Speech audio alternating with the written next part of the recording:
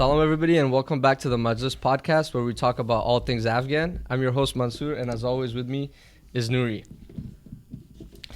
Today we have the honor of hosting Jamil Jan Kochai, an inspiring Afghan writer whose journey and achievements resonate deeply with our community. Born in a refugee camp in Pakistan, Jamil's life story is a testament to the resilience and talent within the Afghan diaspora. He is the author of the acclaimed debut novel 99 Nights in Logar, which was shortlisted for the Hemingway Award and the DSC Prize for South Asian Literature. His latest work, The Haunting of Hajji Hotak and Other Stories, was a finalist for the National Book Award and won the Aspen Words Literary Prize. Jamil's stories and essays have appeared in prestigious publications like The New Yorker, The New York Times, and the Los Angeles Times, showcasing the rich tapestry of Afghan culture and experiences to a global audience. Currently, Jamil teaches creative writing at California State University, Sacramento, inspiring the next generation of writers. Welcome to the Majlis, Jamil Jan. Hey, salam alaikum, man. It's good to be here. Walaikum salam. Very excited to have you on. Honestly, this intro could have been a lot longer, mashallah. That was great. But you're doing something very niche, you know. We don't know a lot of Afghan writers. Yeah, that's right. How did you get into this, man? Tell us a little bit about your journey. Man, it was, it was a bit of a struggle. I will say, like, I kind of have like a strange kind of contentious relationship with writing and with the English language overall. You know, when I came to the States, I didn't speak any English at all, and nobody in my household spoke English either. So I grew up speaking exclusively Pashto, which I think is similar to Noori. I heard, you only grew up speaking Pashto too, right? Yeah, I was born here, but I grew up only speaking Pashto because both my parents, that's all they spoke. Yeah. They came here not knowing English and just like enough just to get by. So kind of in the same situation, but being born here. So it's... Yeah, it's just funny. Like I try to think back, like how, like I don't even understand how that happened. Like we didn't watch TV or nothing. Like so I had no English at all. Went into kindergarten, struggled a lot, and I had a lot of difficulty picking up the language. And then when I learned a little bit of it, we went back to Afghanistan when I was 6 years old, and then everything I'd learned I forgot again. And so when I was coming into second grade, I remember like really clearly, like I was writing the alphabet. And I could only remember like 7 letters, and by that point, like we were supposed to be like writing sentences and reading all this, and I was like peeking at a textbook trying to B, I forgot about B, and so I was way behind, and I was really fortunate in that year. Like I met this teacher named Mrs. Lung, and she would sit with me every single day after school and read with me, and like so over the course of a year, I like learned how to read and write, and by the time I was like in third grade, I was like winning awards for reading comprehension. Like I really fell in love with reading.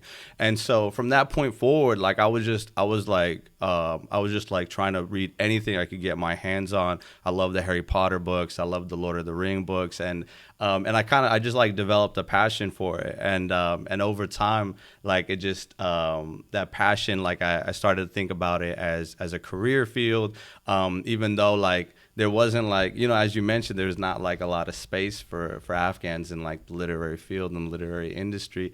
And, but alhamdulillah, like in college, I started studying creative writing. I studied English.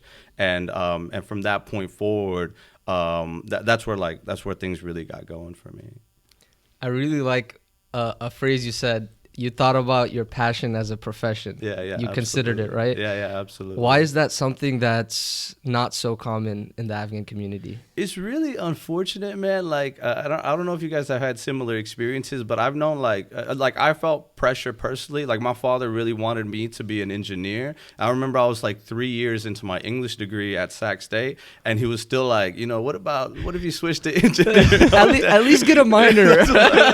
so part of it is like familial, and I think like communal pressure to get like more like as practical a job or practical a field as possible. Which makes sense, because I think there's like a lot of anxiety within the immigrant community, especially if you grew up a little harder, a little poorer.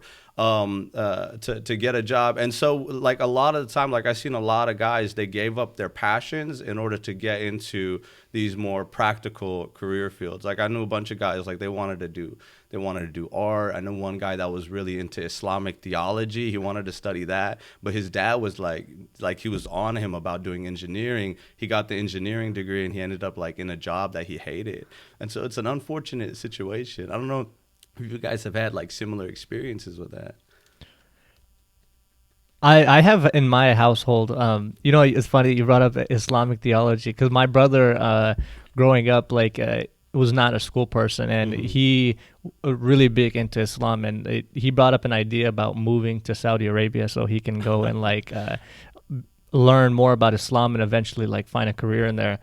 And my mom shot the idea down quickly. She was like, no, she's not that she's against Islam, but like kind of what you said, she was looking for him to have more of a practical career and jump into one of the major industries, into engineering or medical field and things like that.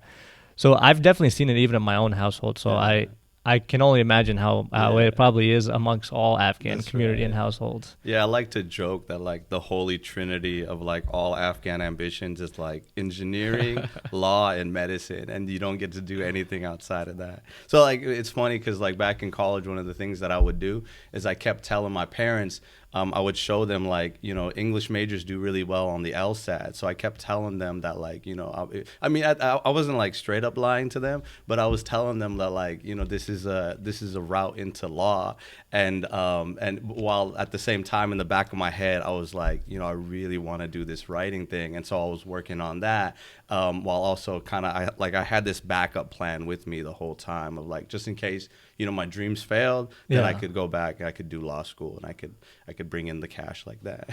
And that's really smart. I mean, to have that backup plan, because correct me if I'm wrong, but I feel like one of the reasons Afghan families don't or have a hard time of comprehending these career paths that they're not probably so familiar with is because like Mansoor said, it's not common to see it in the Afghan community. Right. And then second, it's kind of also a little unknown in the amongst maybe our parents. They don't know what the career path consists of.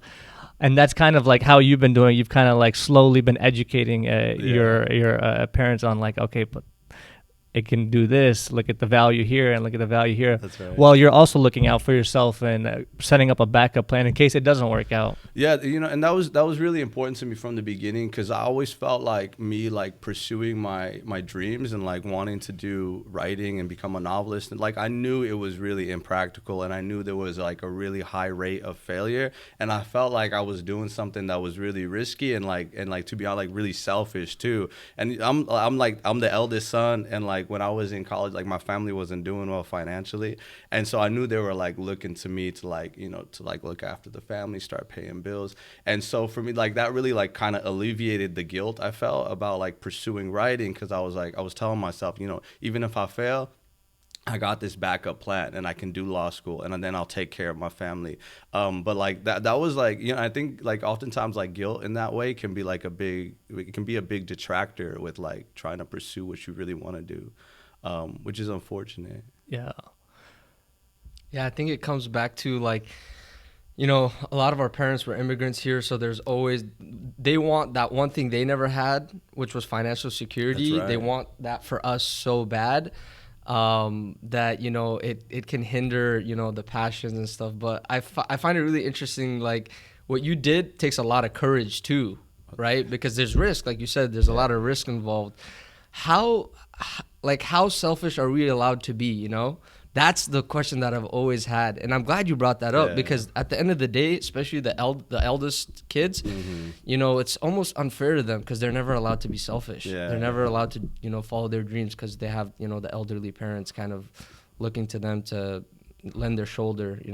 Yeah, and it's one of those things where like I was pretty fortunate in that, like even as I was doing this thing that seemed like really impractical to my parents, and I knew, like you brought up the point, like, and this is true even to this day, like I've been in this career for like 10 years now, and my parents still don't really understand what I do or how I make money. It's like a huge mystery to them, and like, so I feel for them in that regard. Like they have no idea like how practical, and but at the same time, like they were still like, they were really supportive. And I will say that, like, as much as like it felt like I was doing something selfish and for myself, like I really needed that family structure and that support from them. And so, you know, and if you don't have that, and it, like, it's really, really tough, I think, to make it, like, make it in this world on your own.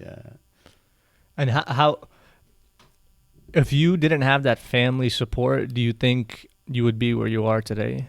I don't think so, man. Like, I really needed them. And this, one of the things about writing in particular, it's a very solitary profession. It's not like, you know, it's not like being a salesman or being, you know, lots of, even something like law or something where you're constantly interacting with people. Like, I'm at my desk for hours just by myself writing. Right. And so without like that familial support structure, and like I don't think I would have done it. And then the other thing is like I owe a lot of my like writing style and like the way that I think about stories, like I owe it to my family. Like, I grew up with like really tremendous storytellers. So it's funny, like I would tell my dad, like back when I was like really struggling at this stuff, like I would tell him, like, it's your fault because you used to tell me great stories. Made me want to become a writer. And so, you know, but yeah, I really needed it. I read in the intro of your book that, you know, you give a shout out to your family and your brothers and your sisters for providing you like feedback. How important is their feedback? Like, how much of a difference does it really make in your books? It makes a huge difference because they don't hold back at all. Like, you know, that's how, like, brothers and sisters. If I show it to like one of my writer friends, like, I know they'll give me good feedback, but in the end they're gonna be polite about it, and they're gonna hold back. But with like my brothers and sisters, if something sucks, they'll just be like, "This sucks, dude. What the hell? This doesn't make any sense," or "This was confusing," or whatever else. And so yeah, that's actually, it's like a really important part of like my editing process, is I send my stories to them first. A lot of my work, it's also like it's autobiographical too. So like I draw from like shared memories and stories we grew up hearing, and so they can check me in that way too. So I like having, it's like a system of like checks and balances, and it's an important part of my process. I got a chance to read your book, The Haunting of Hajji, Hotak, and Other Stories. Really appreciate it, man. I honestly, I'm not a big reader, but one thing that kept me engaged in this was the fact that, like, I kept hearing familiar names, you know, familiar sounds. So how important is it for us to have representation in the literary arts? I think it's huge, man, and especially like when you books in particular, but especially when you think about stuff like filmmaking and television shows and all these other, because those are like, that's literary art too, but like on a broader scale, and that really shapes, I think, like, you know, cultural opinion and in some instances like even like public policy. And so growing up, for me, like, I never got to see like my own community in literature. I never got to see people who spoke like me, people who acted like me, people who talked like our Afghan community. In like, I mean, for me, like, I grew up like at the height of the war on terror. Anytime you saw an Afghan, he was blowing himself up, or he was shooting at a crowd of civilians or something like that. And so it was this incredibly like we were, I really feel like we as a people were like really demonized in this country. And it was because we didn't have this ability to like tell our own stories and to make our own films, and to be like, you know, this is actually how it is. Like, we're not like this monstrous people that are constantly like killing people. Like, and that's because like other people were telling our stories, other people were representing us for us, and oftentimes it was like, you know, it was people that were racist or you know, different things like that, and so we had a really bad rep in this country for decades, I think, and so that, you know, that's why I think it's important. It starts with things as small as a book, and it can go up to like movies and all these different things.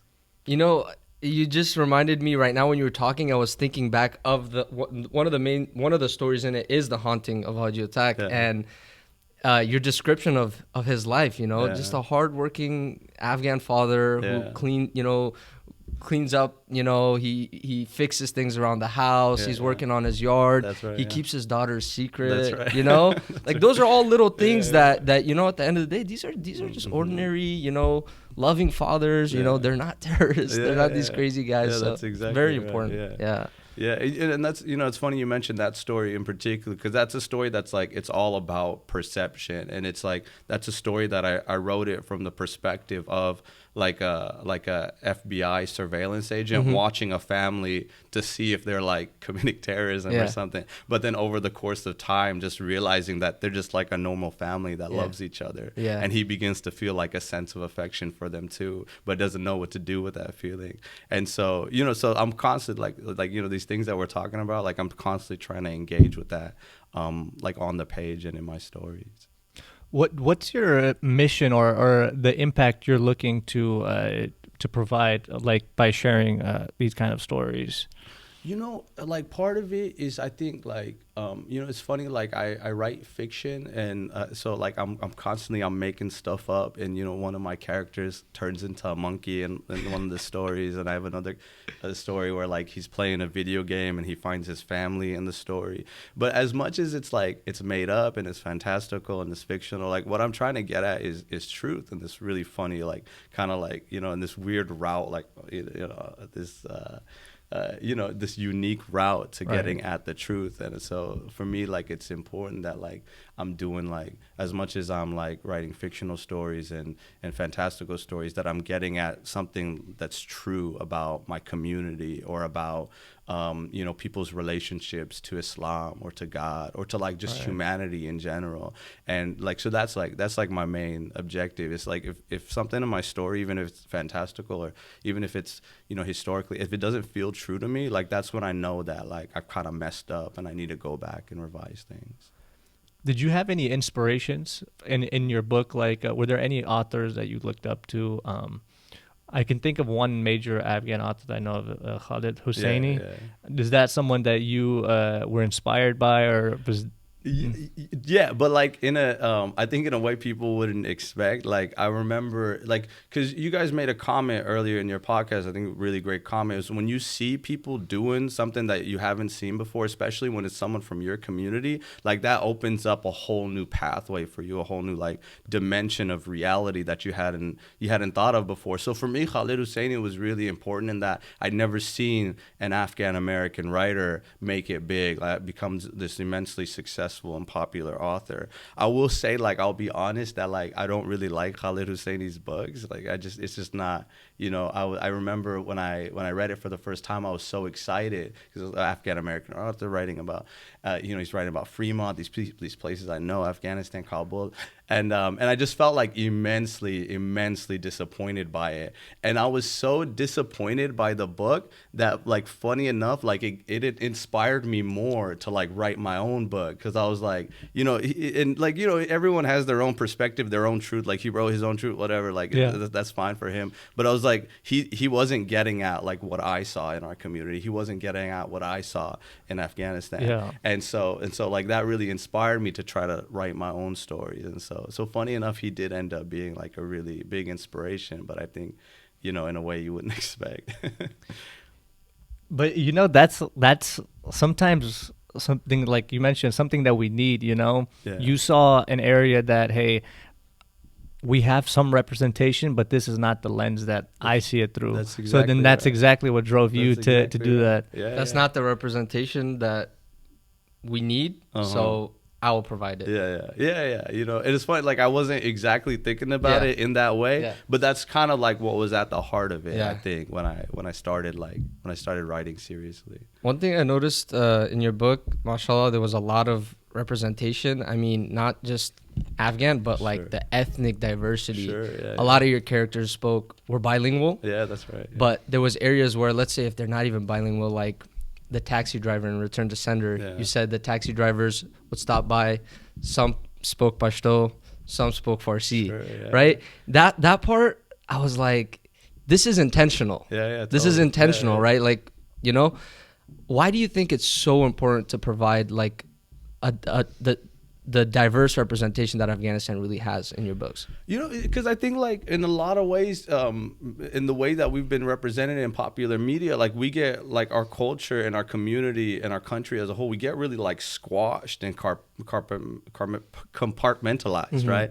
And like so, and what ends up happening is, and that leads to stereotypes, that leads to like racist tropes, and that leads to like, you know, just like people don't understand like what an incredibly like diverse community are, not just like you know, ethnically, but like in terms of like, you know, our religious beliefs and the way that we understand Islam and the ways that like our political allegiances, the way we think about history. And for me, like it was really important that like I wanted to broaden our horizon. I wanted to diversify our horizon. I wanted to like, you know, I wanted to show my reader that there's actually like that we come from like this incredibly complex, deep, profound community, and that it wasn't, you know, we're not all just like, you know, wearing turbans and shooting at people.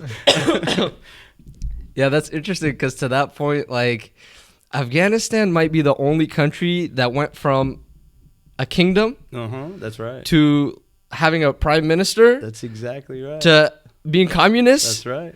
To an Islamic republic by like Mujahideen, and then like a US backed Islamic republic, and now back to like, and like, what is it, an emirate? How like that? That's you know, think totally unique, like historical route. Yeah. And think about like how crazy that must have been for people, because my father was born in a kingdom. He had a king that he had to follow. Yeah. He went through one revolution with Dawood Khan, and then that's its own. Then another revolution with the communists, and then an uprising from like the Mujahideen rebels, and then and so, you know, and over the course of like a 10-15 year span, you know. And so it's just crazy to think like what kind of impact does that have on someone growing up as a child, on the way they view the world. And so, you know, it's totally unique, and I think like that's something that like the world needs to know, is like how much our people have been through. And you know, it's one of those things where I feel like oftentimes when you look at, because there is violence in our community, there is violence back home, and there has been violence for years, but I think a lot of the times people try to try to evoke that violence as something that's wrong, like with Afghans, like fundamentally or like genetically or something racist like that. But then you look at our history, and it's like our poor country has been like, it has suffered through one external invasion after another. People keep trying to colonize us, people keep trying to conquer us, and we fight back, and then we're the ones that look like, now then we're the monsters, we're the terrorists, it was like, you're the ones invading us, bro. Right. Like, That's a good point. When was the last time Afghanistan invaded that's some? what I'm saying, bro. 300 years ago. We're just minding our business.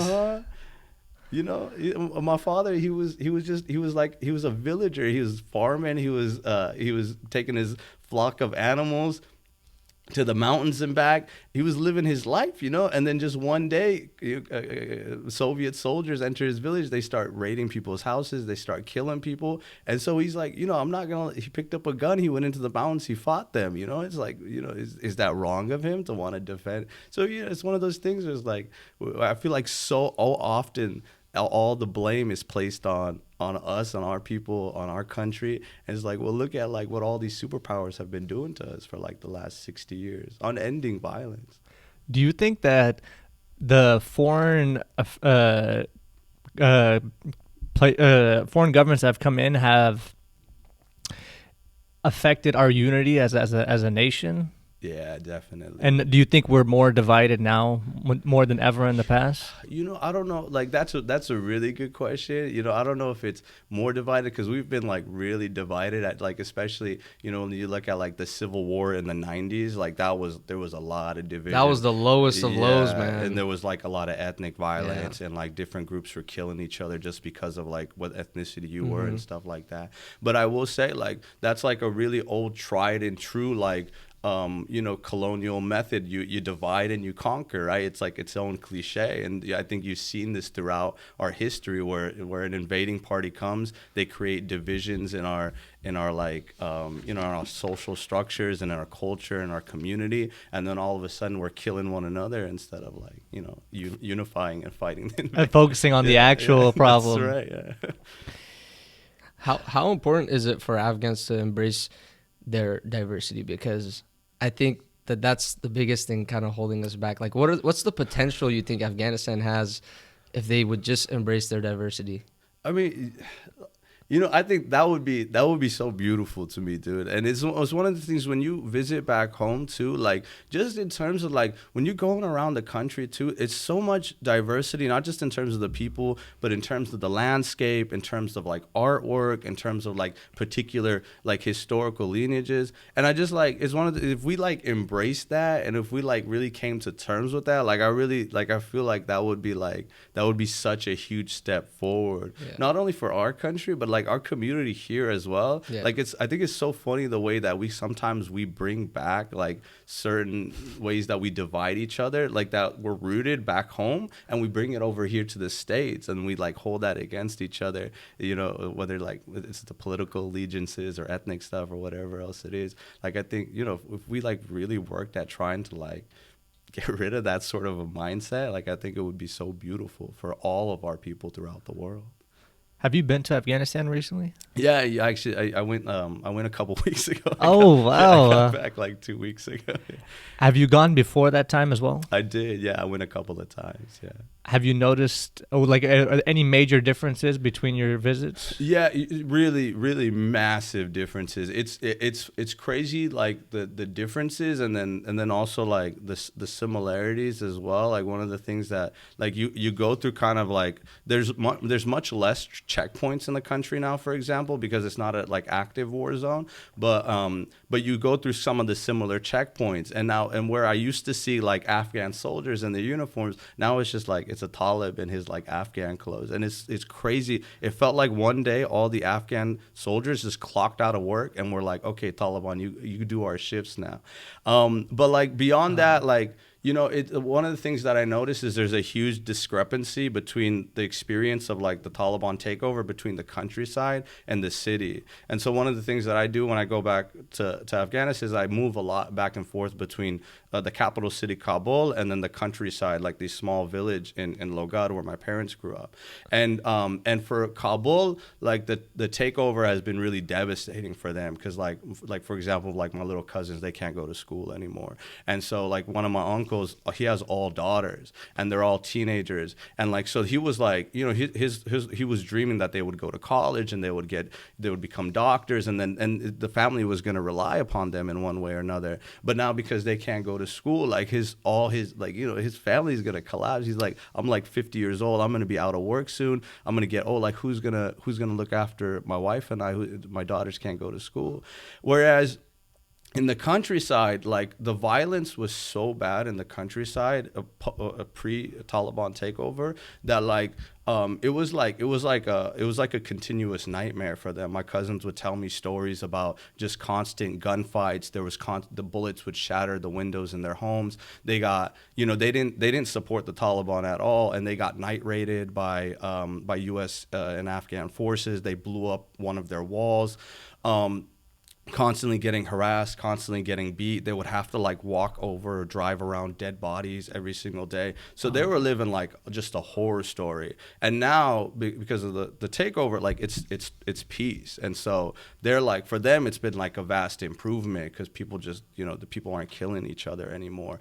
And they're able to get their crops safely into the city, and they're making more money, and people are moving back into the countryside for the first time in 20 years. Like There was like this mass exodus to the Kabul because people were looking for work, and the countryside was so dangerous. And now people are finally moving back in from Kabul into the countryside because there's no work in Kabul anymore, and they can work the land and live off of the land now. And so it's like it's just like with our history and our community, it's a diverse, like unique experience depending on like where you're coming up from. And how do you see the people adapting there? Like since the transition? Well, one of the things about like our people in general, I think, is like, and I don't mean to generalize, but I think we're really an adaptive people. Like this is something that I think like especially back home, like Afghans have just gotten really used to like adapting to shit day from day. And I apologize for cursing. I don't know if that's you're totally fine. And it's one of the things that I noticed, for example, like with my cousins, right? My cousins all throughout when the war was at its height, you know, and Logar was like an active war zone, and people were just getting executed on the street daily. My cousins, they were still like, we need to get to the market, and we need to sell these vegetables, and we need to make a living. And so they adapted to like how like they knew that they had to speak to like a Taliban checkpoint different than how they spoke to a government checkpoint, and they had to take different routes, and they knew you couldn't go at this route, and they knew, for example, that like if you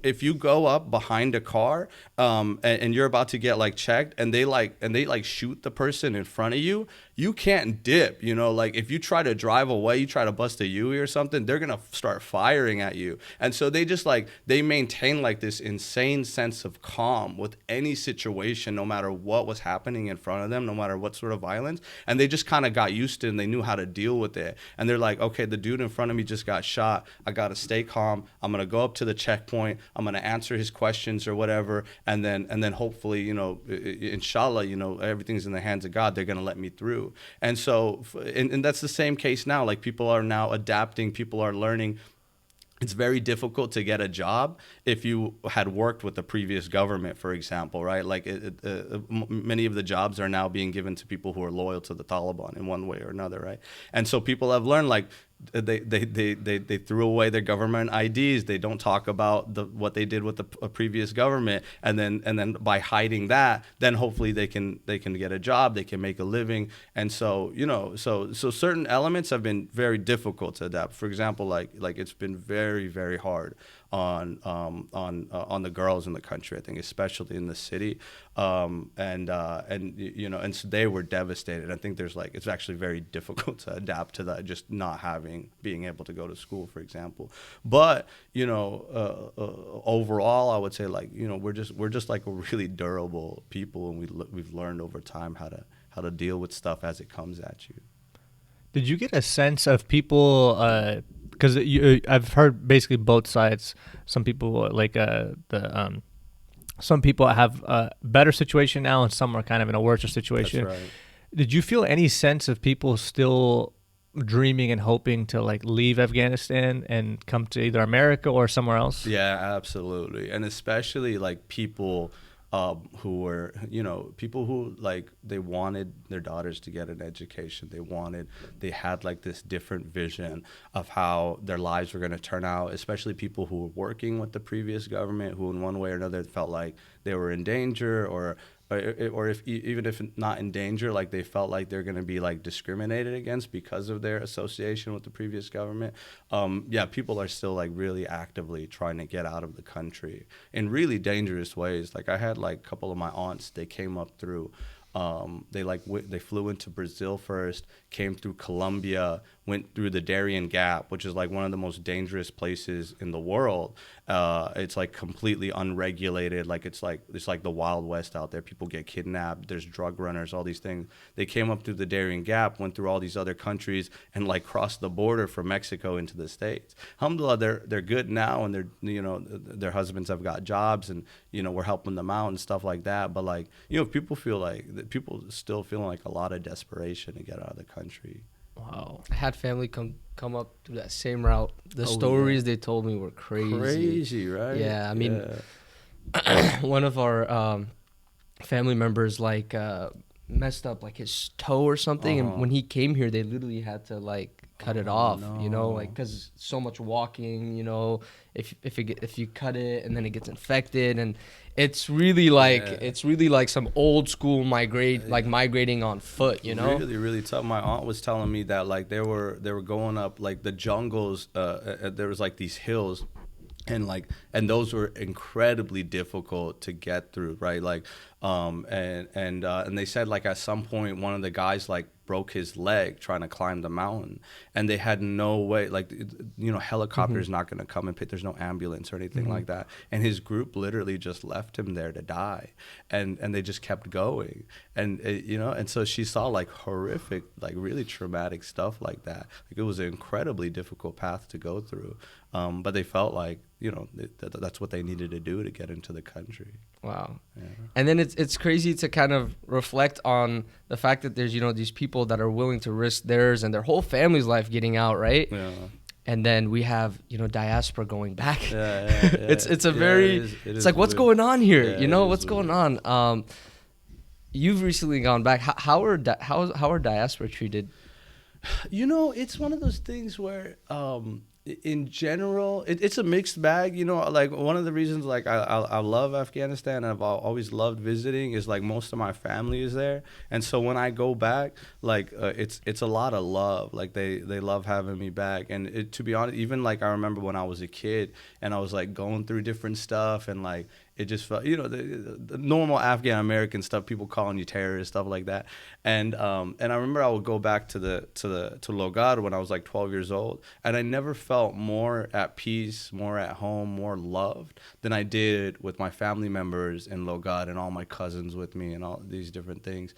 But at the same time, like for me, like like my visits are pretty purposeful. Like I go back and I'm like, and I talk to people, and I'm both doing like research for my novels.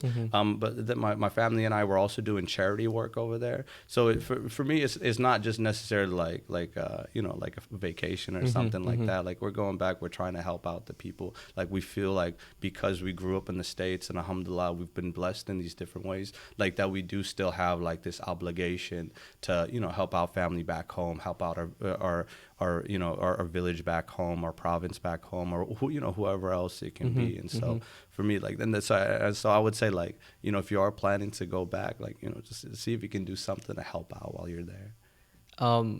This reminds me of a chapter in your book, Return to Sender. Yeah. Right? Diaspora, right. going back couple.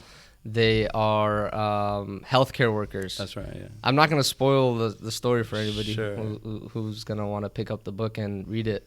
But it's a little dark, right? That's right, yeah. What was your inspiration for that? What was my inspiration? That's a really good question.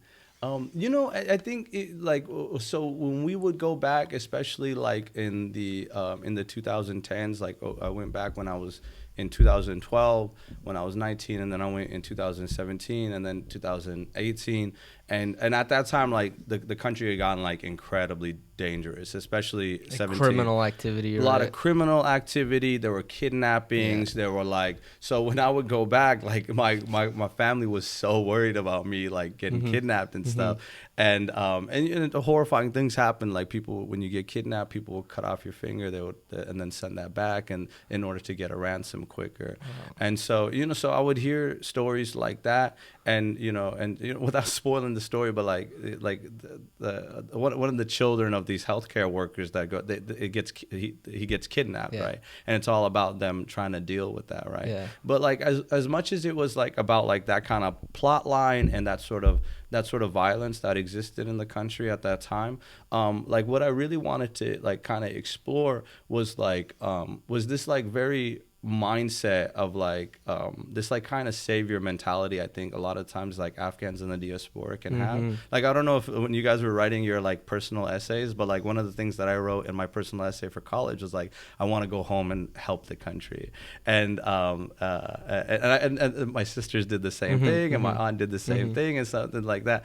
And so like, and alhamdulillah, like I think there's something, like I'm not against that. I think there's something beautiful. I just mentioned that like we're going back home, we're doing charity work, but there was something about that mindset that like it kind of troubled me a little bit. And there was something about that felt like there was like something like, I don't know, like there's like a feeling of superiority in it, and and I feel like there was a little bit of like naivety in it too, and this is as much about myself as anyone else. Like what I try to do in my work is I try to be like self-critical, and so I was thinking about my own mindset of like, I want to go back home and I want to help the country and I want to save the country, but I was also thinking about like in many ways how like naive that is, and like what does that mean? What can we actually do? And all these different things. And so those are like some of the things that I wanted to like explore in the book and in that story. But I'm curious, like, have you guys had like similar feelings growing up? Like, I don't know, what's your relationship to the home country like for y'all?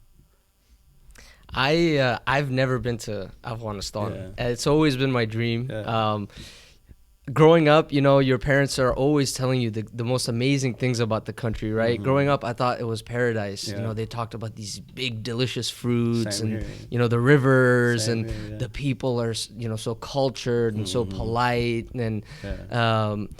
And then so you start to ask your parents, like, hey, so why do we live here then? You know, why are we here? Let's go back, right? As a kid. And then you start to grow up and you start to kind of realize that things are a lot more complicated and maybe they're just remembering the good things, you know? It's still my dream to go back. You know, I definitely, I've always wanted to go back and visit the country. I honestly don't know if I could ever live there or anything, you know? But I've always, you know, like yourself, like many diaspora, always had this feeling in my body that maybe I could go back and I can do something. Yeah. Right? Totally. But like you said, there's some naivety to it. If I can't do something here, what makes me think I could do something there? You know what I mean? That's a good point. So you know, it's always about let's start here, and then if we can, you know, we'll take it back. Yeah. That's great. How about you, Noori? Mine's a little different because growing up for me, I wasn't really like told a lot about Afghanistan because my mom's family mainly moved to Pakistan and they all live there now. They all live in Pakistan or like other parts of like the world. And then my dad's family like all completely came to America. Oh, wow. So I have like no family in Afghanistan. Okay, yeah. I have a weird story. I've been to Afghanistan, but only for one day. Oh, really? Yeah. So I would always go to Pakistan. I'd go to Quetta, you know, the border city next to between Pakistan and Afghanistan, because that's mainly where all my family lives. So every time we go to Pakistan, my mom would always book like a month's worth of like trip. And then we'd get to like week 3 and she'd be like, oh, I want to stay another 2-3 weeks. So we'd always have to extend our stay. So one time we had to do that, but for some reason, I don't know the reason why, but for some reason we had to go to Afghanistan to like it was some kind of visa issue. So we went to Kandahar for a day. No. And the only thing that I remember is the drive there. And it was going through all of these like scary mountains with these like narrow roads. Yeah, it's rough. And we were in the back of a taxi and it was like a whole day's worth of driving. So that's all I remember about Afghanistan. But just like Mansoor, like I know me and him have talked about it many times. We want to go back. I think what's stopped me in the past is just my parents always putting fear into me, telling me like, no, it's too risky. We don't want you to get kidnapped or we don't want you to get hurt or anything like that, especially because I don't have any family there either. Yeah. So that's kind of what steered me away from like going to Afghanistan. But as I got older, as I met people like Mansoor and like other like Afghans that have a lot of pride, I started to like uncover that same part in myself. And that's kind of why I wanted to do like a lot of things to make an impact, because going back to your earlier point, like, there's a sense of guilt, but in a sense that like, hey, I came to America. Not only do I need to make an impact in my own household, but like my own community, especially knowing like how like privileged I am versus like seeing like these videos of like poor kids in Afghanistan, 5-6 years old, working on the street, sleeping. Yeah, it's rough. So for me, like I want to make an impact for those people, because I that could be me, you know. Like I always think of that mindset where I'm like, you know, that could be me as the oldest. Those kids are working because someone in their family can't, so you know they're being sent. I can't really put the blame on the parents, because I mean I don't know what they're going through. Like you know, they're probably in desperate situation too, and maybe this is the only way. So I feel really bad, and like you know, even if it's a small impact, like my goal and like a mission going forward is making an impact in any way that I can. And I know the whole country doesn't need saving. You know, a lot of it can be fixed by a lot of the people there, and that's a really good point. Yeah. So that's what I hope happens, but with some help of like some people that are in a place where they can maybe provide some financial assistance or like some assistance in like other areas, maybe just being like a subject matter expert in some field. Yeah. So that's kind of my take on the entire situation. I don't know if I answered your question. And I think like your point about like like, because absolutely, like, this is the thing, like, people for like the last like 6 years have been coming into the country claiming they want to help Afghans, claiming they want to save Afghans. Where the Soviet Union had that, the Americans said they wanted to bring democracy to Afghanistan, and then end up bombing the people, right? And it's like, and ultimately, like, it's the people back there that are going to be able to like actually help themselves, right? And I think, like, even if you're like, I think it's still like, if your intention is to go back and to help out, do charity work, whatever else, teach people or whatever, like, that's fantastic. But I think it's really important to go back with this sense of like self-reflection and self-criticism, because I think one of the things that you saw with like the previous government was like, you had all these diasporic Afghans. They went over to the country, they took up like these top ranking positions. They didn't know what the hell they were doing. They were breaking in cash from the government. The cash that belonged to the Afghan people. Is incredible amount of corruption, an incredible amount of incompetence. Billions of dollars went into the country, and now like 20 years later, all that, it was for nothing, and nothing. So many people died in the war, and all these war crimes were committed, and I feel like if those Afghans went back and they just had a bit more humility and a bit more self-reflection, like maybe they could have done something, that actually helped the people instead of. That reminds me of something my mom always used to tell me, because she's been going back, continuously for like the last like 15 years. Yeah. She always told me, like, Mansoor, I want you to go back so you can realize the privilege you have here, in a reflectory sense, right? Yeah. You go and you see the difficulties and the challenges people are facing there. Yeah. She didn't tell me go back and do something, Go back and see what you could have been, and come here and use the potential that you have here. Yeah. But then, like you mentioned, those advisors, I believe they were advisors, right? Yeah. They would bring in advisors for all kinds of roles from Diaspora. And you hear stories about how they were just cliquey, raking in money, keeping to themselves. Yeah. They wouldn't let an Afghan, like a organic, natural, young Afghan kid that grew up there who had a lot of potential, take those positions. Yeah. Just because they weren't Diaspora, because it felt like Diaspora might have gotten some type of special education outside or something. It's upsetting. It's sad. That's a great example. But they had situations where like there were parts of Kabul that if you were Afghan, born in Afghanistan, you couldn't enter certain restaurants, you couldn't enter certain neighborhoods unless you had like a foreign passport, a U.S. passport or something like that.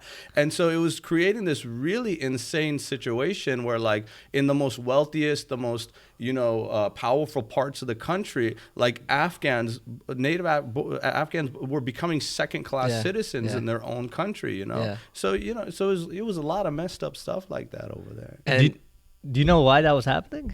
Because this is the first time I'm here. This is interesting. Part of it, I'm sure like the main claim is like safety. They didn't want they didn't want native Afghans to come in because they might be worried about they're aligned with the Taliban or something else. That's one of the things like in a war, like it becomes so difficult to not that difficult, but like these different warring parties can claim that it's difficult to see who's an enemy or not. And then Israel's doing the same thing in Palestine right now. They're murdering everyone because they're like, there's one Hamas fighter hiding in this hospital, so we need to bomb the entire hospital.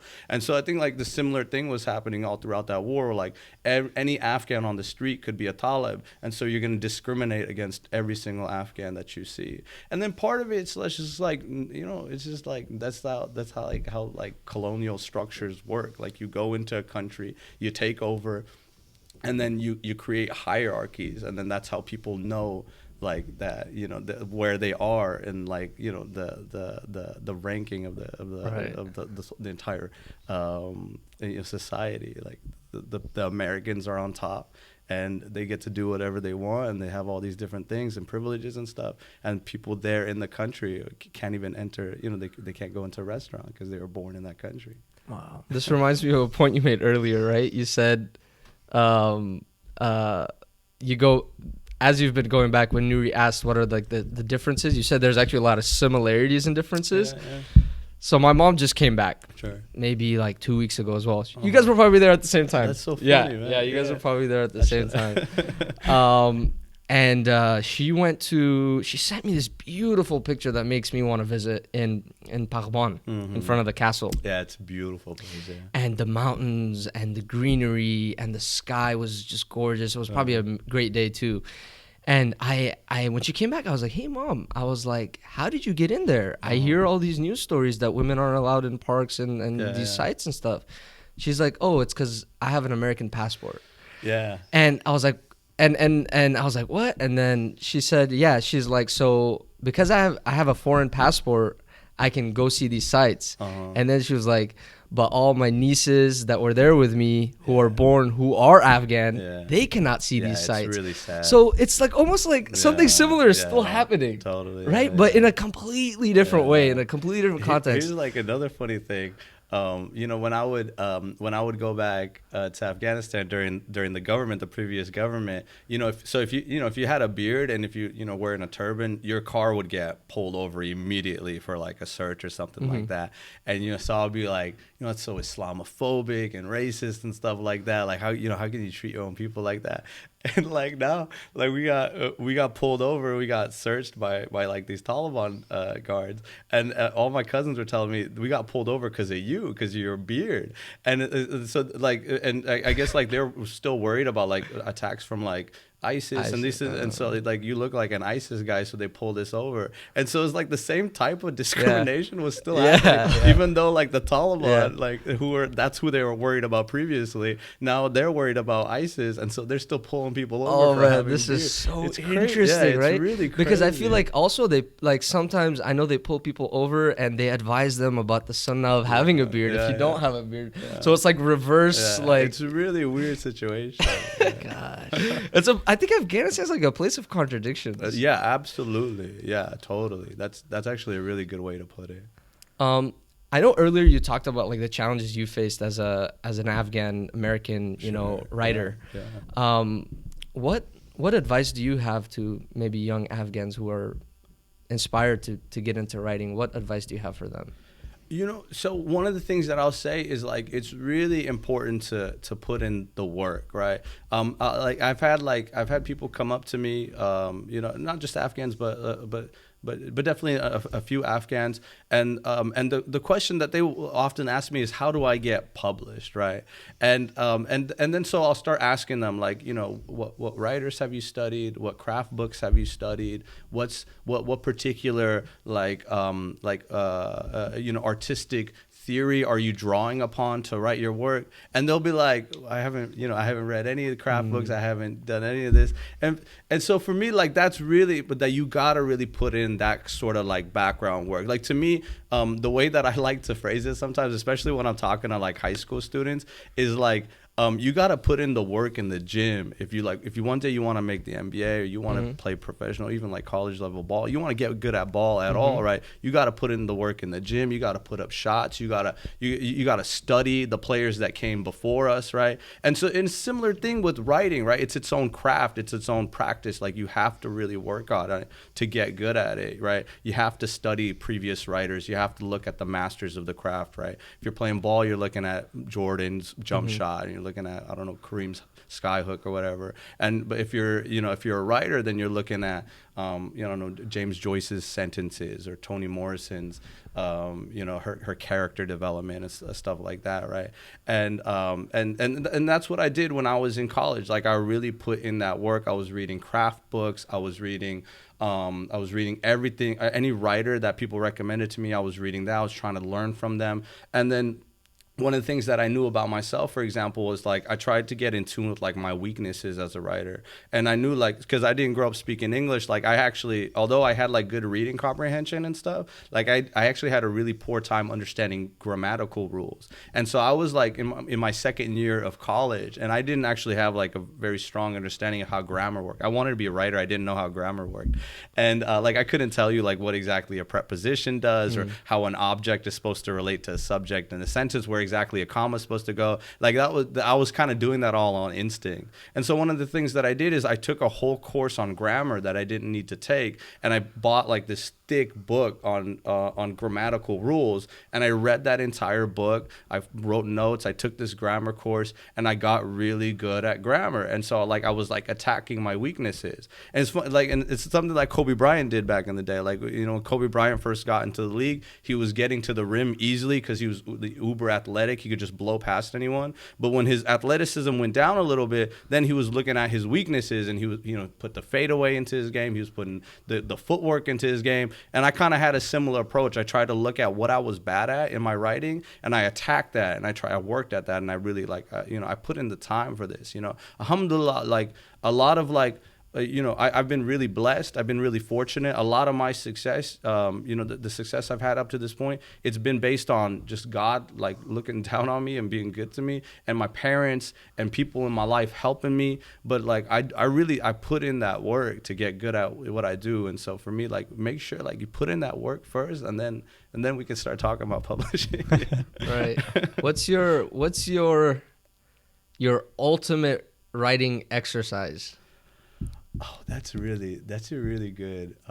Yeah, I'm curious because, like, you know, in basketball, before you play a game, you have like a layup line. Yeah. You know, you do a bunch of like handling dribble drills and stuff like that. Yeah. Is there something similar for writing as well? There's a couple of things, right? So one of the things that I'll do is, and I used to do this a lot more, like I should keep doing it, but like one of the things that I used to do is I would get a novel that I really loved, you know, like a classic work of literature or something, you know, Ulysses or Beloved or you know, whatever else it is. And I would open that book up to like a passage that I really loved, and I would write the entire passage down by hand. And it would take forever. Like sometimes I would write an entire chapter. I write 20 pages all by hand. And what that ended up teaching me is like I got a feel for the way that writer was putting his sentences together, the way that he was moving from one paragraph into the next, the way that he was, you know, negotiating imagery or whatever else in the text. And that was one of the main things, and that helped me out a lot. And that's something that I still like continue to do, especially like if I'm struggling on the page. I'll like step away from the computer, I'll go open up a book, and I'll just start writing down what that author wrote, or I'll look for places where there's specific issues that come up in the story, and then I'll look for like, oh, this writer did this really well. I'll go back, I'll look at that, I'll take some notes, I'll copy that down, and then that's one of the main things I would recommend. I have a question that I want to ask you, and I think other people that are interested in writing or in any other form of art might want to know. Because, you know, this is not a traditional path maybe in the Afghan community. Sure. Did you face any, not criticism, but were there any people in your life that discouraged you from this path? And then, like, if they did, like, what kept you going?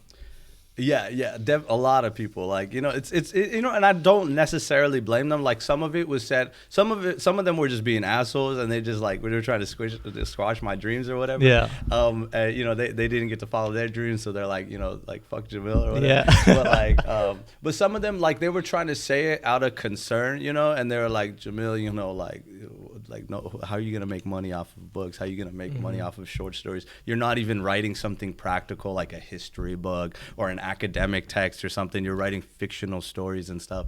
And you know, it's one of those things where, to be honest, like I would keep an open mind about their criticism, but at the same time, like, I was so in love with it, man. And like, you know, and I would go back and I would read the books that I loved. And, you know, and the other thing I'll mention, right, is like, that sort of rhetoric, to be honest, it was kind of good for me in this strange way, because it kept humbling me. Like, I think Afghans are good at humbling you, and so you know, I kept getting humbled by different people in my lives, but that just made me want to work harder. And so I would, like, you know, I would read twice as many books. I would be at my desk longer and longer. You know, when I was doing my master's degree, you know, at Davis, like I hardly ever left my office. Like I was going, like my parents thought I was going crazy. My beard was growing. I wouldn't trim my beard. I wasn't cutting my hair. I had this terrible unibrow all the time. Like I felt like I was a little bit like losing my mind trying to get as good at writing as I could because I doubted myself so much. But it was like it was good for me ultimately because it was motivation, and it was so I don't know if that would work for everyone. Like I wouldn't, you know, I wouldn't say like go and like try to be discouraged or something or discourage people to motivate them. But for me, like that sort of criticism, it kind of helped in this strange way. Was it a drive to like prove those people wrong, or was it just more so like you were just so much in love with the work that you were doing that was ultimately what kept you going? It was as much like a little bit like to prove them wrong, I think, but also like to prove myself wrong. Because I think like, and I actually think this is really important for writers, is like I'm my biggest critic. And so I was constantly doubting myself and being like, Jamil, you can't do this. Jamil, your stories suck. Jamil, these sentences these characters make no sense. And so because of that, like, and I would tell myself that, and I would just be like, so then let me work harder at it. Let me get better at it. Let me see what else I can do to get better. And so it was as much about, I think it was more about myself than it was even other people.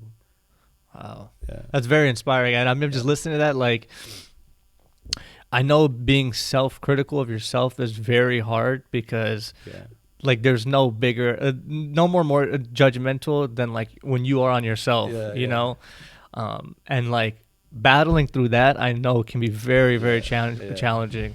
So, I mean, I give you a lot of props. I mean, you didn't let that stop you. So, very inspired just sitting here listening to that. But I will say, like, you know, when I say that, like, I don't mean to suggest that, like, because I think like a lot of people have like self-esteem issues. I think that's like a really legitimate problem, especially like in our community and stuff. So I'm not, you know, don't hate on yourself. Like I think like self-love is important, and like, you know, have confidence in your work, have confidence in what you're doing. But for some reason, for me, like criticism has always just helped me, and I think people like approach criticism in different ways. You know, I think there's certain people where if you discourage them, they shut in, and you won't get anything out of them. I think you see this in funny basketball too, right? Like certain people, like if you yell at them and they're doing things, like they get worse, they start missing layups, they get nervous, right? Yep. But certain people, if you yell at them, you get on them, all of a sudden they hone in, they zone in. And for me, like that was my situation. And so I kind of understood my relationship to criticism was kind of, I don't know if it's healthy or unhealthy, but it was beneficial ultimately. Yeah. So, but I think that's like important for people to understand about themselves. Like, you know, if you need to promote yourself, you need to extra love for yourself, like go for that, you know, just whatever you need to do to get the work done. Absolutely. Knowing yourself is so important, right? Yeah. Knowing your strengths, the way you work, the way you operate. Yeah. That's gonna kind of, you know, that formula is gonna decide whether you're gonna make it in that field or not. Yeah. It's funny you guys said that because I was listening to a podcast with Dana White on it, and they were joking with him because every time he would tell a story of how he did something, it would start with, this one person told me I couldn't do it, and then he did it. So then they were just saying, like, if you want Dana to do something, just tell him he can't do it. You know? But some people, like you said, they're driven by that. Yeah. Honestly, hearing what you've gone through, right? That grind, that's so important, right? That pressure, like that. Sometimes it's like that year of pressure, or that 3 years of pressure, that 4 years, but like that's where you're forged, like under fire, you know, like that's what makes you who you are. Like you look at other sports, like, you know, like football has Hell Week and all these things, or I related it to it a bit because I grew up wrestling, and the best way to learn how to wrestle is to pick a move and repeat it and drill it over and over and over again, and which is what you were doing with your writing. I found that very interesting. Isn't that cool? I did not know in writing that you could go and literally rewrite somebody else's paragraphs and learn something from it, because that's all we do in wrestling. Someone makes a move, all right, just go do it 100 times. You'll probably hit it in live, right?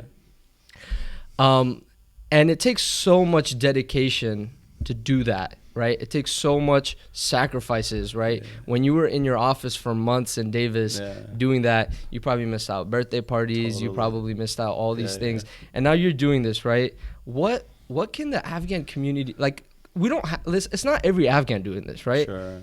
It's every few Afghans doing it. And I feel like the people doing this need to be recognized on a community level, Sure. and encouraged. And what do you think? What could have helped you? And what did help you, if anyone did? Like, what can the Afghan community do to recognize these people and encourage them?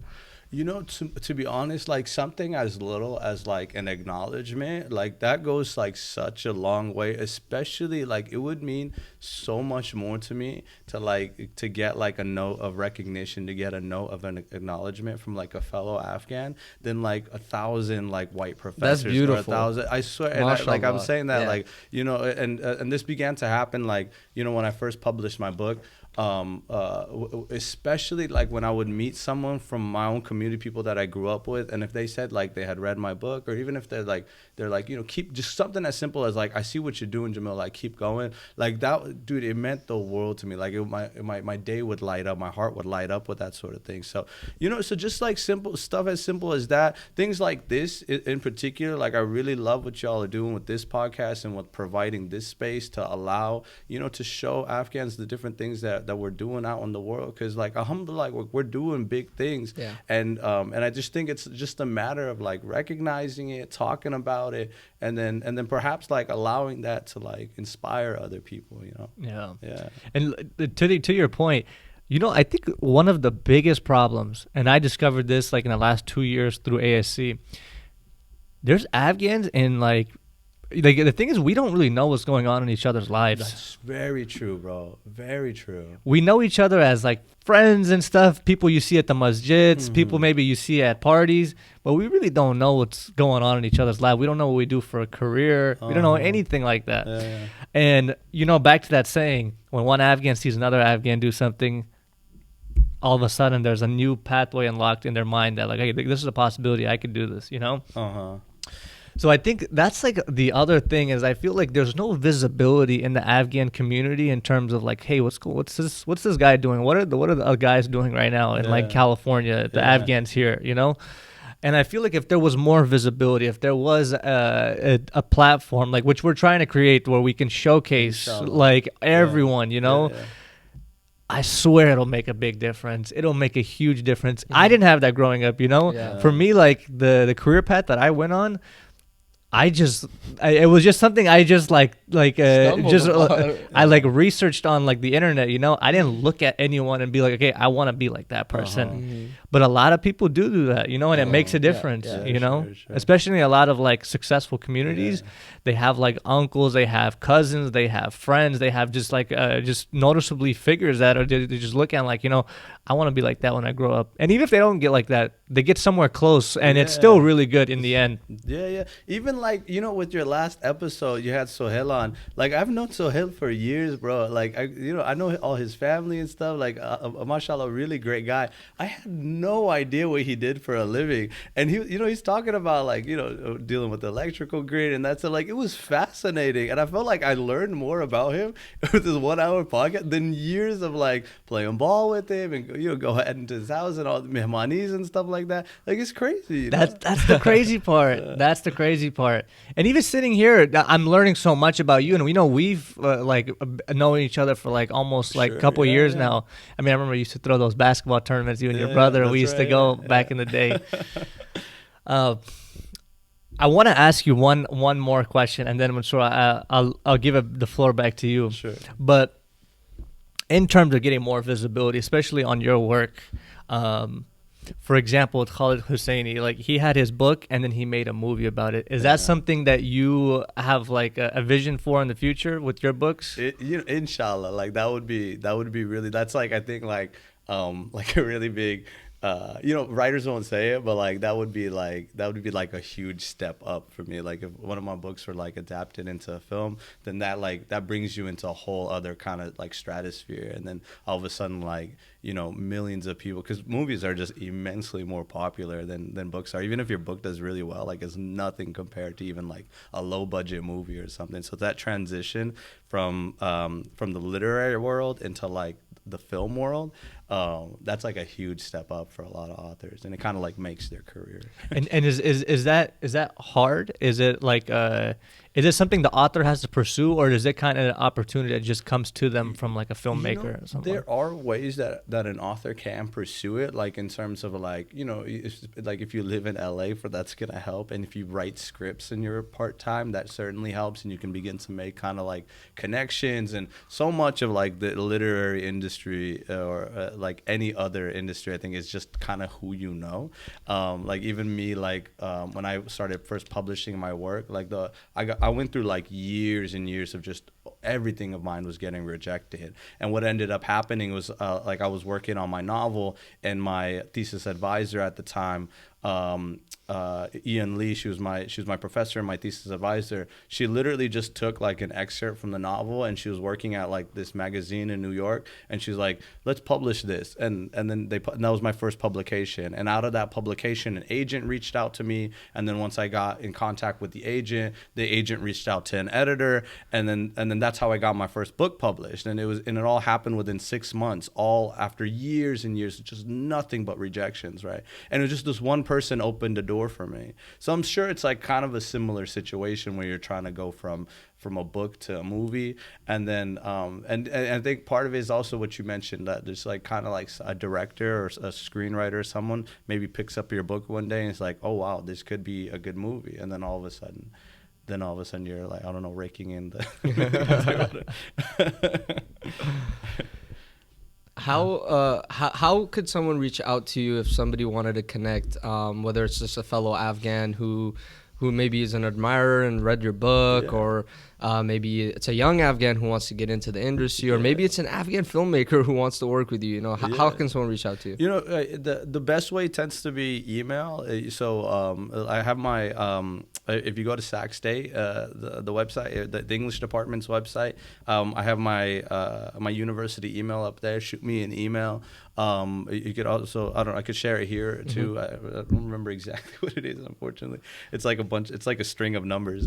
We could put it on the YouTube bio when we post this video. So as well. Shoot me an email. I always love to hear from people, and if you have advice, like I'm always like, if you want advice or just to chat or whatever, like I'm always willing to chat with people. But I'm also on Instagram and Twitter. You could shoot me a DM if you like. I don't check that as often, but it could be another way to connect with me. And so yeah. And I think there's a lot of overlap with what you do and anyone who is passionate about something, right? Sure. I want to wrap it up with a message that you could have for, maybe a young Afghan out there who's passionate about something, right? Yeah. And maybe there's discouragement, maybe there's family pressure. What message would you have to that person? I think my main thing is like keep doing what you're doing. Like, keep working at your craft, pursue it, but try, like, the backup plan thing for me, that was like a huge help. Not just in dealing with like family members and my parents and all these different things, right? But also for myself. Like for me, like it alleviated guilt, it alleviated anxiety that I had about my future, right? And so I was pursuing what I wanted to pursue. I was working at writing. I was doing, my passion. I was following my dreams. But that whole time I had a backup plan. I was doing things like I was researching law schools. I went to like a law boot camp at Davis. So I had kind of this backup plan in my pocket the entire time, and that helped a lot. So I would say, like, if you're pursuing something risky like creative writing, or even academia in general is quite risky these days. Try to have something that you can fall back on at the same time, because unfortunately, like, this is like a situation where I got really lucky. Like, I worked hard, but at the same time I got really, really lucky to be where I am, and it happened with God's blessings, and it happened with my family's support. But there was a ton of ways that I could have failed along the way, even if I worked as hard as I possibly could. And so it was really important that I did have that backup plan, that I did have something else that I could rely upon to look after my family, because they needed me, Right, and so if people are relying upon you, make sure that you're looking out for them as much as for yourself. I really like that you gave a very practical. Yeah. And I appreciate that because at the end of the day, that's what we need right now. Our community needs practicality mixed in with that, because we're stuck in a nuanced situation. We don't have real estate that's going to be left for us. We don't have all of these things, right? So it's good for us to follow our passion, have that little backup. I'm sure just like me and Noori did today, I'm sure our audience is going to love hearing everything you had to say. We learned a ton. I'm inspired. I know Noori's inspired. Thanks for having me, man. We're really happy to have you on, man. We appreciate you. Thank you for coming. So much, thank you so much. Thank you so much, Jamil Jan. It's great to be here, and again, really love what you guys are doing here, and wishing you the best of luck, man. Thank you. Thank you, everyone, for joining us at the Majlis podcast. We would love your support, so please like, comment, share, and subscribe.